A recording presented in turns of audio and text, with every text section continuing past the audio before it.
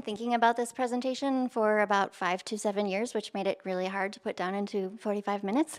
But so with that, this is the first time I am giving it, and thank you so much for the opportunity, and any feedback is really welcome in terms of what resonates, what doesn't, all that good stuff. So a little bit about me as a Wisconsin girl. I grew up in Sheboygan. My family is in Door County now. I will definitely eat a bag of shredded cheese at 3 a.m. And I say bag, the Wisconsin way. I went to Marquette, and from there, I went to Australia, actually, so I'm a true blue Aussie citizen. And while I may live in Chicago, people ask where I'm from, and I'm like, well, I live in Chicago, but I'm from Wisconsin. No shade to Chicago, though, except for the hot dogs, because they don't have ketchup or cheese. And I am a dog mom to Suki, who is being a good girl, curled up in her bag. So what do acting and marketing have in common? What makes all of this relevant? One of the big ones here that I want to highlight is, as a marketer, whenever you are creating content, you're taking a risk. It involves vulnerability. You're putting yourself out there. You're taking words that were created from nothing, and you're putting it out there for feedback. And that's not an easy thing to do. And so I just want to encourage everybody to honor and value yourselves for that, because we all know how it is getting feedback from people who aren't marketers. Because whenever you are in a creative field, people who haven't studied it think that they can have an opinion on it. And then they can ask you to pivot on a really quick, shiny new thing, and then they still want the results overnight. And as far as unsolicited opinions, my favorite example of that was I was leading a sales meeting, and I was going through everything that we had in progress in place.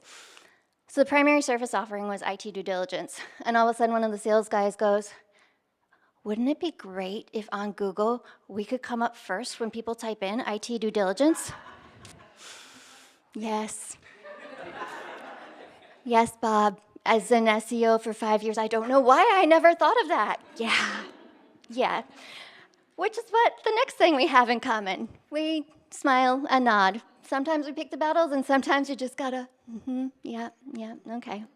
I also had someone say to me once, an exec say, we're a B2B provider. The goal of our website is not to get traffic. Yeah. We all know how it goes, right? So this is a little bit of the fun part of A-lister acting techniques that you learn from, the name-dropping part of the presentation. So as we go back to some of the methods and techniques that we're learning from here that you can apply to your content, Stanislavski, actors who have used Stanislavski's technique or methods from it include Marilyn Monroe, Marlon Brando, James Dean, and students include, the one I want to call out here is Uta Hagen. And if you're asking, who is Uta Hagen? Why should I care about this person? Well, her students include Al Pacino, Matthew Broderick, Jack Lemmon, Robert De Niro, and Liza Minnelli, and Howard Fine. And again, you're asking, well, who is Howard Fine? Students of Howard include lots of faces that I hope you'll recognize here. I won't go through all of them, but we've got Brad Pitt, Austin Butler, Chris Pine, Will Smith, The Rock, you can see them all there, and me. And so a lot of these techniques are going back to Stanislavski, Uta Hagen, and Howard Fine. And so as you hear me mention Howard's name, that's who it is that you are learning from. You are learning from the same techniques that all of those A-listers learned and studied. So congratulations, you can now count your degrees of separation to Kevin Bacon. Anyone have a guess how many degrees of separation you are from Kevin Bacon? 4. You, to me, to Howard, to Brad Pitt, to Kevin Bacon, who in 1996 was in Sleepers with Brad Pitt. So that's your fun fact you can take away now. So we're going to start with character techniques to get you into the brain of your buyers. We're going to talk about objectives. Objectives answers the question, what do I want? Side note with that, we're always thinking first person, what do I want, instead of what does my customer want? When you're thinking about it, if you can make it first person, it helps you take away from any judgment, because we don't judge ourselves the same way that we judge other people. So if you always think justify, not judge, what would make me do that, instead of I would never do that. Which at least you're only doing it for customers and not trying to figure out what would make you become a serial killer or something like that. So objectives for an actor. An objective is a specific goal or desire that a character wants to achieve in a scene or a moment. And so you'll have lots of objectives within a scene. Example, Harry Potter wants to find out what's behind the trap door. Objectives for an actor You also have your super objective. That's when you get a script, what is the main thing that my character wants that all activities are driving towards? So example, Harry's overarching goal is to stop Voldemort from returning. So if we apply that to our customers then, and we think of my customers' objectives, it's easy to view that through the lens of what we have to offer them. My customer's goal is to increase revenue. My customer's goal is to grow market share, increase efficiency, save time, save money. And yes, those might be goals, but another question, is that really your customer's super objective for what they want in life? If we think of Maslow's hierarchy of needs, your customer is a customer, but they're also a human being who wants that belongingness, that esteem, that self-actualization. People are busy, and so by creating content that speaks to these actual motivators that are determining all of those little decisions that we make on a daily basis, that's how you can help stand out from the crowd, and we will get into more benefits for that. So when can you speak to the human being instead of the customer? Speaking to the human, this is one content example. Is anybody familiar with marketing profs? Yes, I love marketing profs. So this was their 2019 marketer happiness report, which has stood out in my mind for 5 years as an example of content that speaks to the person, because we all want to know, are we feeling energized? Are we making an impact? Do we have enough energy to get through all of our tasks and client calls and internal calls and all of that? So this is an example of content speaking to a human. Another one, so an example that I'll use a lot of the time in this is one of my jobs was at supply chain planning software company, and I was focused on retail. You may remember this thing called the supply chain planning crisis, and we had roundtables, and I mean, everyone is stressed. Who isn't stressed? Life is hard, but the level of where they kept talking about their stress on every single topic, how it kept coming up, this is something that speaks to the stress and where they're at as a human being in their journey and in the workplace. And you might say, but Kristen, it's not related to our product. What about leads? What about sales? What is my CFO going to say? What is my CEO going to say? How do I get sales on board with that? Here are a few reasons why this type of content is effective. One, this is Bob Miller. He was a former general manager of marketing for Toyota in Australia. A very big part of my marketing values studying with him. And you might have heard this before, but it's worth remembering still because everyone is tuned into WeFM, What's in it for me? We all have that friend who only talks about themselves or only calls you up to do what they want to do. And if you're creating content that is only talking about you, are you being that friend? And then you're asking them to give you money too, on top of it. So it's funny, marketing is all about customers, but how much do we actually want to talk about customers versus just ourselves? And we want to be that friend who's like, look what I have, look what I have, look what I can do for you. And now will you give me money for it? This one is super sick. This could be a whole presentation in itself, but SEO is a big part of my background. I was at one company where we had to go from within a year, 0 to 1 million organic sessions monthly on a brand new subdomain. So learn a lot about Google's algorithm. And if you're only writing about yourself, this is something we have client conversations with all the time, because in blog posts, they'll only want to talk about what's relevant to them and their product. Well, if you look at the results in Google and the SERPs, and you're not hitting all of the things that are in most of those SERPs, you're not reaching consensus for Google, chances are you're not going to rank. And then because you're also the newcomer in the content, and depending on your domain authority and all of that fun stuff, you need information gain on top of what's there for consensus, and you need a topical authority.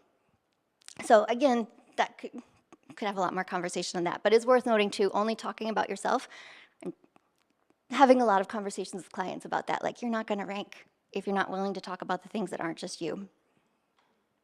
Yes, rankings don't come from being all about yourself. So this type of content also gives sales a content offer, not just an ask. You might be familiar with this quote that people want to do business with those people that they know, like, and trust. And then this one from Maya Angelou, that people forget what you said, people will forget what you did, but people will never forget how you made them feel.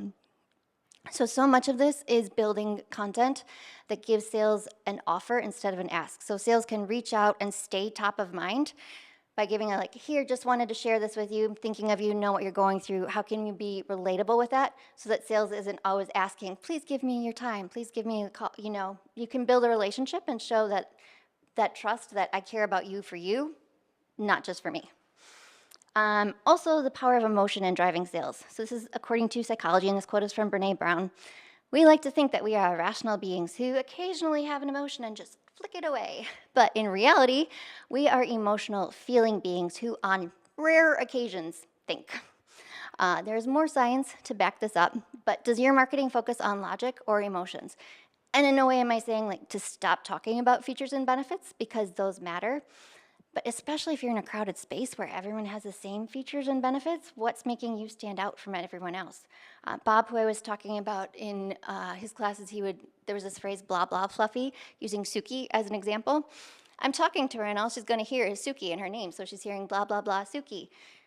If your sales calls are in your content, and if you've got that personalization in there, or sales is talking to you, as you're talking about your products and features, are people just hearing blah, blah, blah, brand name, blah, blah, blah. So the logic, of course it matters, but how can you stand out from the competition and actually stay memorable in people's minds?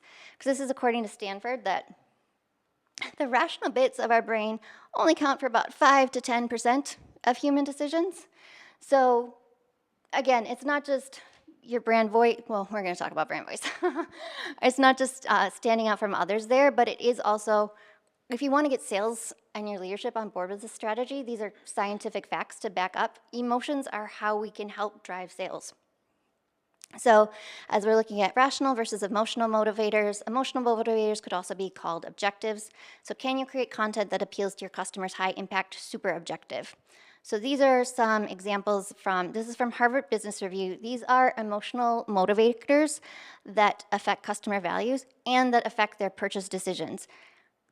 If this is affecting their purchase decisions, how many of us, especially if we're in B2B, are creating content about enjoying a sense of well-being or helping people feel a sense of freedom or secure or belonging? We don't do that because it's not about our product.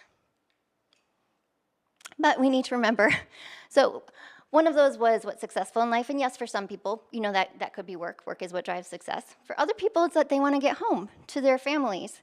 And so if you think of how many emails you have, and if your super objective is, I want to get home to my kids and help them with their homework, and you're sending them sales materials that are about you, why would they stop on their goals of their super objective of getting home to their kids?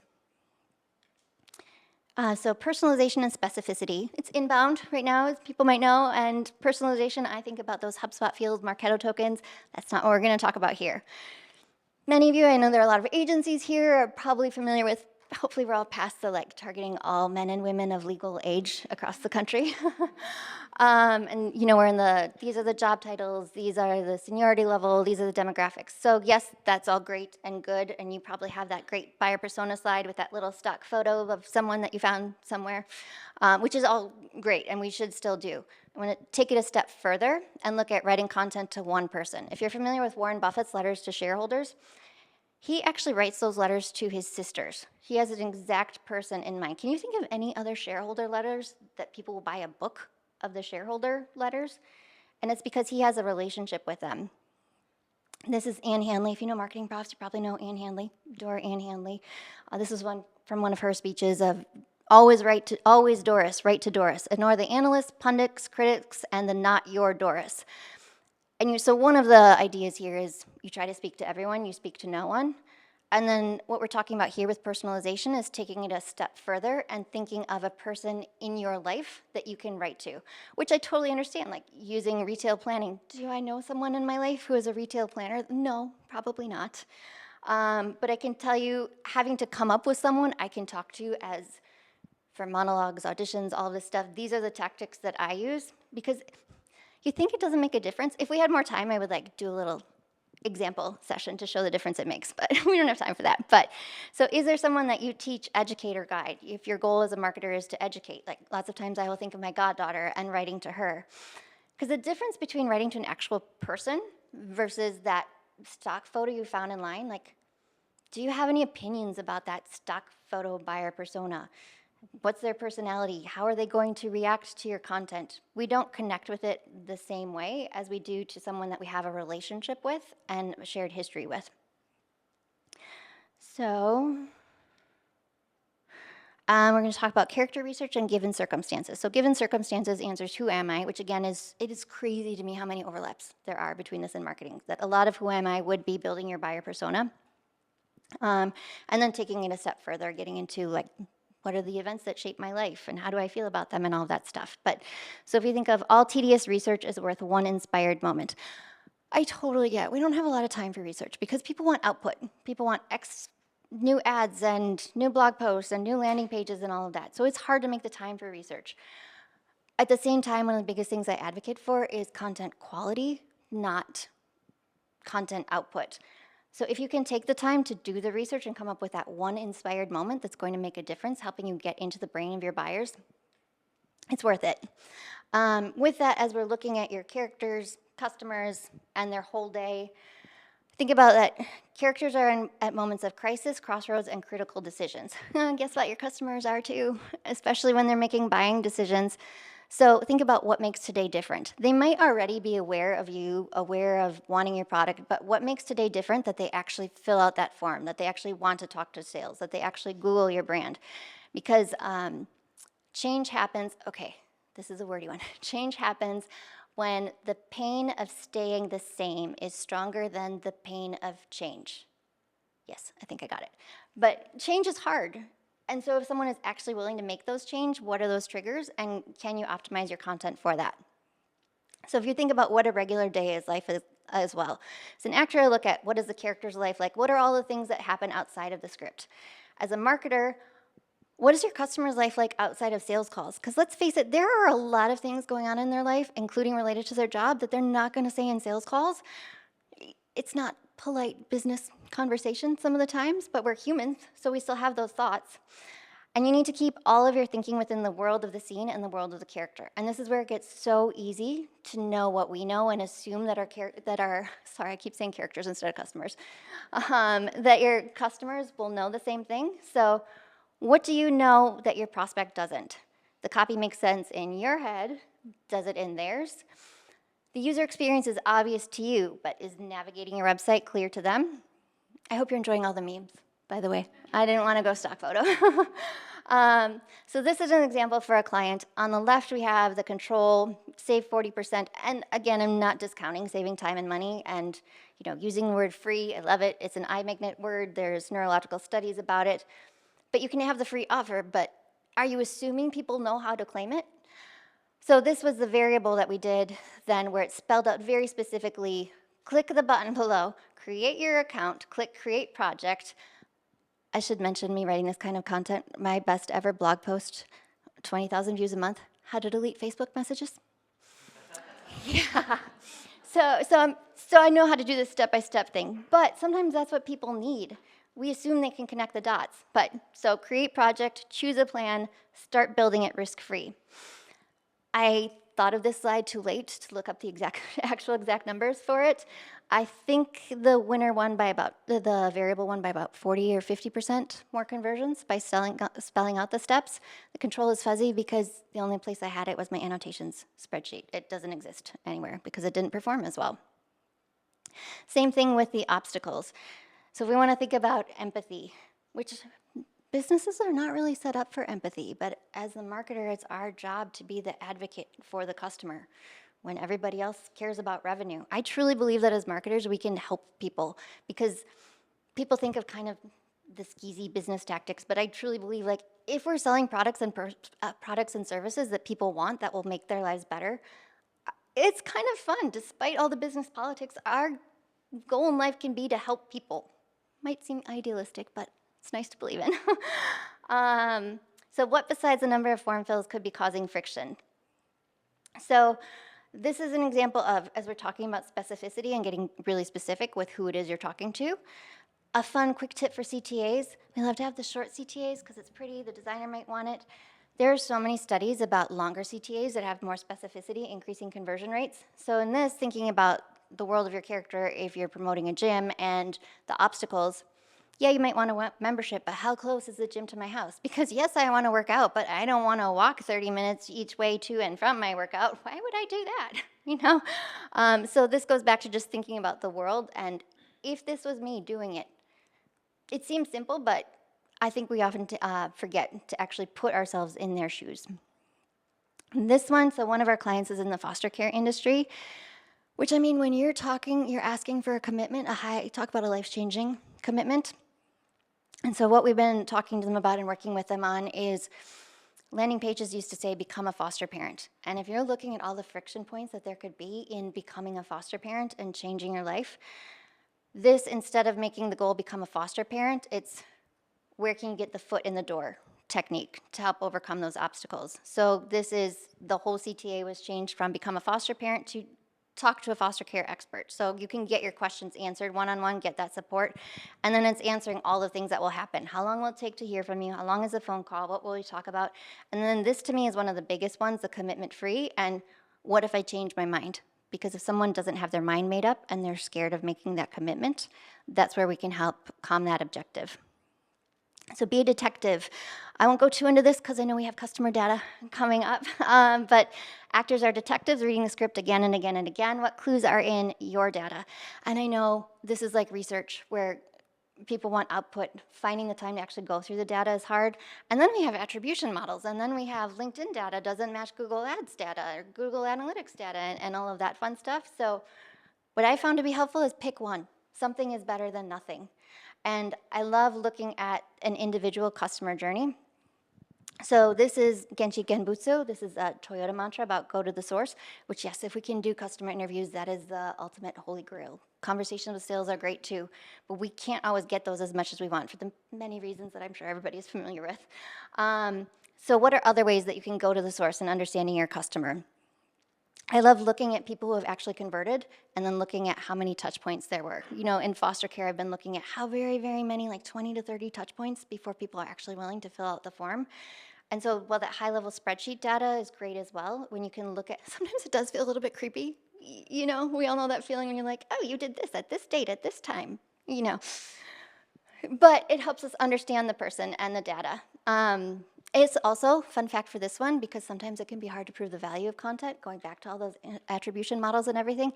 I've had before where doing this, looking at all the touch points of someone who's converted, I'm like, oh, that $100,000 deal, the piece of content they interacted with the most was the one that I spent a month worth of time on, speaking to quality over quantity. And this is Andy Crestodina. If anyone is familiar with Andy Crestodina, I adore him as well. This is one of the mantras I use all the time. 10 times the effort, 100 times the results. Going back to content quality over quantity. So as we're looking at where we can keep getting into the brain of our buyers, this was something I did when starting that retail planning job, and I'm a shopaholic. I love the shopping part, but the inventory optimization part, that was a little bit new to me. So put extra brain on, where can I find more information outside of the meetings with my coworkers who are already busy? I was looking at job listings. There's so many opportunities there where you can look at job listings, and then you could export a bunch, save a bunch, upload them into the language learning model of your choice, and then look for patterns and things, and then see how much does what's here actually match my ICP, because especially as things and roles are changing with AI, this is a way that you can help stay on top of what the changes are. And then you can use that in your targeting and everything else, but also to see, like, okay, if a person has these 20 responsibilities, how many of these responsibilities does my product or service actually help? Because if it's a lot, they might be more interested in me. If not many, well, then it's worth understanding where I actually fit in their life. And this one I love so much. What your customer needs to be successful. It literally says it right there in the job description. All of the things that the customer or prospect is trying to do with communication skills, flexibility, resilience, ding, ding, ding. I'm like, oh, if it says resilient is needed and you haven't even applied for the job yet, yeah, your job's probably stressful. And so we've got a lot here, collaboration, influencing others. These are just the screenshots directly from it. Present and be able to influence others. So from those, this is content that you could create from it. 10 tips to improve your communication skills. 8 ways to persuade colleagues while maintaining your relationships. Learning to keep your confidence in the face of constructive feedback. Or for the retail math one, beginner's guide, advanced guide to retail math. And that's where also if you export a lot, you could look and use AI, then you could see where there are more of the things that come up across job listings. Another thing to note on this, I'm not saying to necessarily, if you are going to put 10 times the effort, I love coming up with content quick wins, but the high value ones, there's that flow chart of like, is this worth the time to create it? So just want to clarify, this is focusing on the ideation stage. And then from there, you can look at now of these ideas, which ones are the ones that will get the results. This is a fun one. Google target market meme. Results may vary based on how many memes there are, how big your target market is. But this is going back to retail planning. The end is near. What I love about this one is that it's 11 funny memes that only visual merchandisers will understand. Because it's so great. If they are the only ones who understand it, you know that you're speaking to them. And if you don't understand everything in the memes that are made for your target audience, then that's a good sign that you have more to learn. Looking at architects. So we can see some of their pain points of explaining building design concept, how plans change over time from their original idea to execution. Sleep, pain point for a lot of us. And when your client doesn't know how to voice what it is they want, another pain point I'm sure no one here has ever experienced, ever. So the content we could create from that. What to do when a client says something is missing. How to nurture your creative spirit in the face of client feedback. The neurological way to maximize energy when short on sleep. And 10 tips for explaining your design concept. So it's all about meeting people where they are and helping them through their pain points so that you can nurture them. So that when we go back to like what makes today different, so that you already have that trust and credibility. Reddit, yes, people like to complain on Reddit. These are where you get the unfiltered real life story that people will not say in the sales meetings with you. Like the one on the bottom left. My best recommendation is to get slightly thicker skin. Seriously, I'm sorry to say this. But if you look at the top right of, this sounds like another cat poster, but it's all in what you do with the time. Learn, adapt, overcome, create, push, scrap, and make it work. So that's inspiration right there for how you can also help people through. And I just love Reddit for getting to see people's real, I don't necessarily love how Reddit is taking over SERPs as an SEO, but I love it for getting the true unfiltered voice. So then we're layering in authenticity and emotion. I just want to note too, we have, the human experience is something AI will never have. It will never understand people or be able to resonate with people the way that we can. AI doesn't know what it's like to cry, fall in love, to hurt. And that hurt is what drives so many of our decisions. So you have a leg up on AI. You just need to be willing to use it, which can involve taking risk and vulnerability. This blog post was written when I got home from an networking event where my awkward girl came out, where I was like, I know you, but I kind of know you. Do we shake hands? Do we hug? And I ended up in like this awkward side hug thing, and I wrote home and I was like, oh, jeez. So I shared the experience in here along with, the time that the platform fell off of my shoe and I had to walk around with it taped to my foot with packing tape and see all of this. It's the laughter of recognition from when we get it. And so when you can do that, there are a lot of studies too about how joy, when we're looking at emotions, joy and laughter are the things, even for scary stuff like car crashes, laughter is what sticks in people's brains the most. So how are we at for time? I would love to play this. Yeah. Yeah, okay. Okay.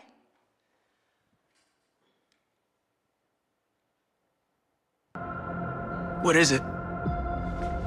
It's some kind of message.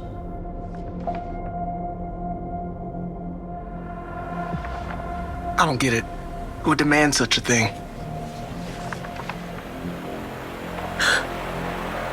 It's the client. My vendors need a wake-up call, and I'm the one that's going to give it to them. He wants to get on a call. Sure, this afternoon works. He wants to meet now. I've got changes. But you approved everything last week. Oops. The client is ruining efficiency and profitability everywhere. The client says we never sent him the password to the file. He's literally responding to the email that I gave it to him in, bolded and highlighted. Why does account management cost this much? That's just... I want a full breakdown of what everyone is doing. But... What's the issue? I'm sure you're tracking your time.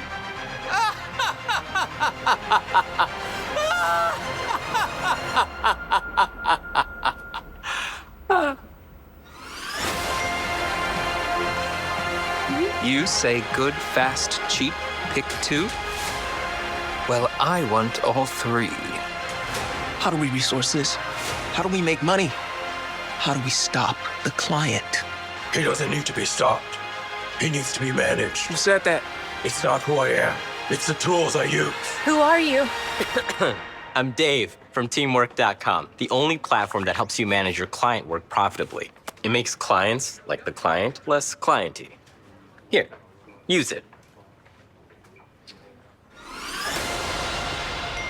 He says he didn't show the CEO the project until now. They've got changes. And he wants to hop on another call.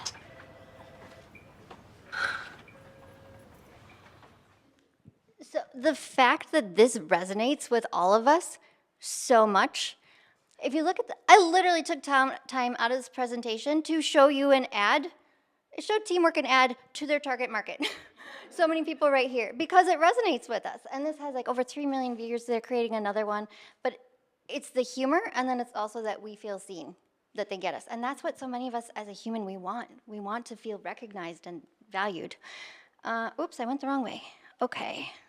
Nope, don't play again. All right. Maybe we can check that one out later. I have to watch that one yet. So why you need a BS meter. This is another thing that comes from Howard, is to be able to tell when you're BS, kind of when you're phoning it in is what we're getting to here. And in marketing, that's so easy to do. How many people here have ever written marketing copy about saving time or saving money? I know I have. So this is why you need to get specific. There are so many overused marketing words. Drive growth is a big one for me that I feel myself using a lot that I want to change. And some scientists have done studies and believe that figures of speech that become overused, like a rough day, are so familiar, they are simply treated as words and no more. The meaning is not there. And so the frontal cortex part of your brain that is activated to experience emotions just doesn't work with those phrases. And especially if you're marketing to marketers or people who read that copy a lot, it's so easy to tune it out. Howard says authentic work should cost you. You should be exhausted when you finish. In the creation of AI, my question is, if you're not putting your heart or a piece of yourself into it and critical thinking, what are you bringing to the content that AI can't do? Because yeah, I have some fears about AI, but this is what we have to bring that others don't. And also, I'm not saying you should be exhausted after every piece of content because we have too much content to create for that. But you know, the important ones. So here are some tips to dial it down if you feel yourself. This is one of my big ones to minimize or eliminate the use of I, we, or your brand name. It's making it about you instead of about the customer again. So this is Joanna Wiebe. She's amazing for conversion copywriting. We is BS's portal into this world. So if we look at changing this copy from learn more about our services to get help for your loved one, that was one for offering behavioral health services, and the CTA was learn more about our services. And if you think of like, what's the payoff? What's the end person actual goal and objective? They're looking to get help for someone in their life. So our tool increases your conversion rates versus effortlessly increase your conversion rates. We help you create better content versus you're about to create better content. And I'll skip through the last one for time. You'll get the slides if there's anything you want to see again. The exception of that with the I is first-party stories, because especially for blogs, I highly advocate for first person, and obviously then it's also because that's the difference because you're telling your story versus we're the brand. So AI can also help. So this is an example. I was looking for example of our copy. The very first one I found had brand name we or our 8 times in this little bit of copy. I love the one, our offer of same-day service is not a guarantee, but we'll do what it takes.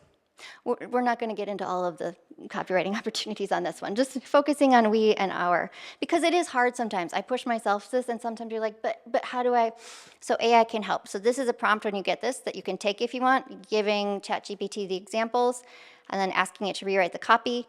My other bonus tip, sorry if I'm going fast for time, I know, that ask AI to give you multiple variations. This is something that I love doing I'll ask for 3 variations of it, and then I can pick and choose what are the pieces that I like of this one, what are the pieces that I like of that one, and then kind of build it together that way. And this is you might tell a theme with me, but use AI as a tool to improve quality, think better, not faster, because everybody who is spewing out, and people who aren't even in marketing and are just going to be creating blog posts with it now. This is how we stand out to actually get the results, because that was already the case even before AI, that what you needed to do for SEO. Another one for action verbs. Action verbs are another big thing that I wish there was more time for, but so for this one, thinking about those overused words in our CTAs, optimize is a big one. So I took it and learned how to optimize your inventory and asked her, what are 20 words that can be used instead of optimize? And then I get the results. And like sometimes if I do that and I get the results and I don't necessarily like most of them, and I can say, these are the 2 I liked, or this is too corporate, and give it feedback and do the revisions in the conversation to get the ones that I do like. Okay. We're almost at the end, and this is like my favorite soapbox to stand on of knowing when to ditch brand voice. This is probably literally my face when I want to write a blog post and I'm told I can't use my voice because my voice isn't brand voice. And my question is, how are you supposed to be authentic and follow brand voice at the same time? They are in direct opposition to each other. Authenticity is about being true to yourself, transparent, free from pretense, not imitating others. I mean, brand voice, if you get that brand voice document that has like, these are our values, and you're supposed to put that into everything, all of your content, you're literally imitating someone else the entire time. How is that authentic? Or conforming to external pressures, because we know how many stakeholders can be involved in approving those documents. Brand voice is polished and perfected. Authenticity is messy. Authenticity can involve that vulnerability and the hard things that brands don't necessarily want to associate themselves with because they want to be polished and shiny. Brand voice is one note. We are I can't think of a good one right now, but you know, we help our customers achieve growth. If you're putting that in all of your content all of the time, like you're not having range for the ups and downs in life and the different things that someone is going through, and you're not connecting with them on a human level. Also, this is one of the things for individual author bylines to help with Google's algorithm, as Google is looking at its fears of losing traffic to people using AI tools instead. AI can't have opinions and feedback, and so Google is starting to show more perspectives contents that are real-life people's stories. This is something that we're starting to play with clients with. The thing with it that I've also had conversations with clients about is it needs to be someone's real story. No, we can't make up someone to have had that fake authentic story because that's kind of not authentic either. But you know, opinions are also, there have been studies about how opinions are great for backlinks and social shares, for putting that in your content as well. But those author bylines, there's a lot of things, especially after the algorithm leak. And the last slide, we get so caught up in brand guidelines too. Like, do you think, how much do customers care if it's your color or font? I mean, I get, I'm not discounting it entirely because there is recognition with logos and things like that. But if we look at Google, are your brand guidelines for you or are they for the customer? And if we go back to our goal is to help the customer, they don't really care. Like, do you care that Google changes their fonts and logos? Do you still know that this is Google for all of them? Yeah, we do. I'm assuming you do, at least. So yes, and then I'll just finish on the final note of always choosing empathy, and when you can, choosing joy. So, yeah.